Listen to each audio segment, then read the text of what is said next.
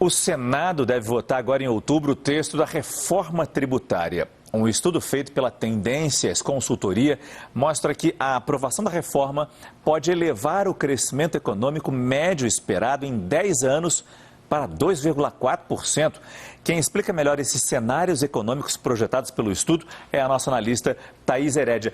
Para esse crescimento acontecer, dependeria do que, Thaís? Dependeria de uma reforma tributária robusta, com poucas exceções, que impõe uma alíquota a mais baixa possível para a manutenção da carga tributária no Brasil, sem criar distorções, que é o nome do meio do nosso sistema tributário atual, né? Vamos dar uma olhada aqui já para o telão, já vou convidar vocês. Esse estudo, CNN antecipa com exclusividade, um estudo assinado pela Alessandra Ribeiro. Daqui a pouquinho a gente vai dar uma olhada no que ela falou para a CNN. E aqui é importante porque a Alessandra distribuiu os cenários em um cenário básico, com 65% de acontecer, um mais otimista e um mais pessimista. Vamos focar aqui no cenário básico. Uma reforma positiva, que ela chama daquela reforma que tem poucas exceções, que vai conseguir passar rapidamente e impor ao Brasil uma alíquota adequada para o seu sistema tributário. Um sucesso do governo na aprovação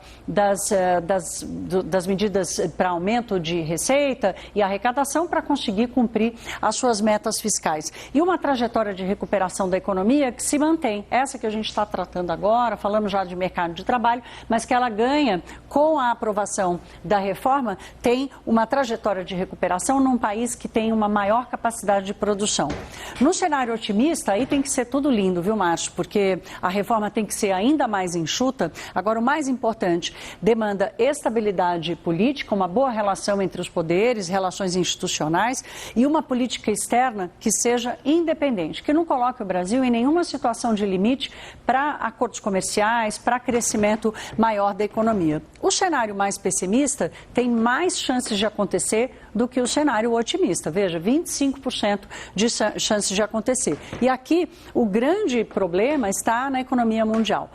A economia global está num clima de absoluta adversidade e muita incerteza, o que está acontecendo na economia americana. E aqui a Alessandra chama atenção para dois efeitos que não podem causar no Brasil. Um primeiro, uma guinada econômica, uma tentativa do governo de evitar os impactos de uma desandada da economia e começa a meter os pés pelas mãos. E o outro, uma estabilidade macroeconômica maior em função dessa virada para responder ao que está acontecendo na economia internacional. Então, é uma visão interessante para a gente acompanhar o que está acontecendo na economia brasileira e dizer, Márcio, que o cenário básico ainda segue sendo o mais esperado. Como a Thaís bem disse, a CNN conversou com a economista e sócia da Tendências Consultoria, Alessandra Ribeiro, que fez esse estudo, e ela falou sobre os impactos que a ampliação das exceções tributárias, que impactos isso pode causar no desempenho econômico do nosso país.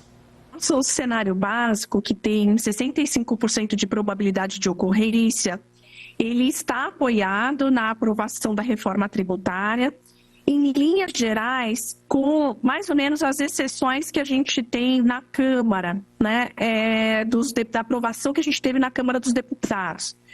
Um cenário que a gente qualifica como mais otimista, esse sim tem uma limitação no número de exceções e, consequentemente, né, uma alíquota do IVA menor. Então, a grande diferença entre o cenário básico e o cenário otimista, uma das diferenças tem a ver com exceções e a alíquota final do IVA. Essa questão do número de exceções, né, quanto maior o número, a gente sabe que o efeito vai ser uma alíquota do IVA maior. E uma economia que tributa mais, né, o consumo de bens e serviços, é uma economia que tende a ter como reflexo um crescimento menor. Quanto mais exceção, um monte de grupo vai ficar feliz, mas a economia como um todo sofre, né? E vai manter a injustiça tributária, né? Claro, claro.